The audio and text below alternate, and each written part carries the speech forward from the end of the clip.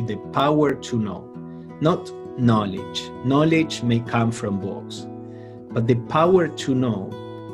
How much can we know? We can incorporate information, but we may not really understand what that information means beyond the meaning of the words. We may not be able to perceive the reality that these words are pointing to. So she says that the power to know does not come merely from books, but mostly from the actual practice of altruism in deed, word, and thought. So this is an interesting concept. The power to know comes from a particular way of living, a theosophical way of living, let's say. Why?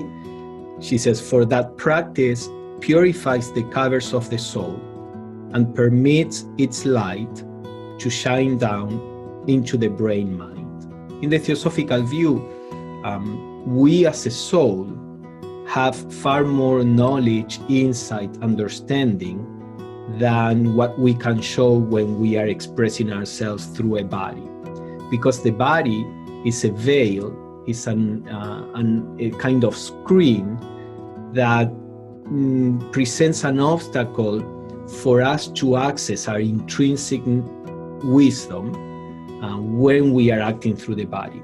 So it is through a theosophical way of living, this kind of living that the master was describing, a way that is ethical, universal, based on charity and love, etc. This kind of living begins to purify our body, not only the physical body in the theosophical view, there are other bodies also, the astral or emotional, the mental, etc. This way of living purifies all these bodies so that the light from the soul, which is our true nature, can shine through the body so that we can retain in our waking consciousness, the consciousness that is using the body, we can retain our ability as a soul to perceive things as they are.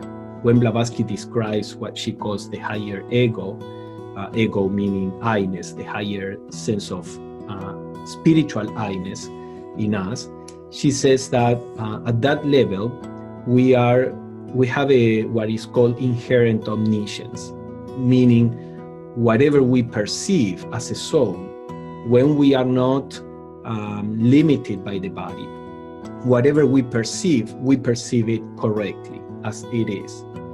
Once we come into expressing ourselves through the bodies, then that possibility becomes dimmed by matter. So it is through an actual theosophical living that we can make these bodies assimilate, or first be in tune with our true nature, and then assimilate, receive, express our true nature.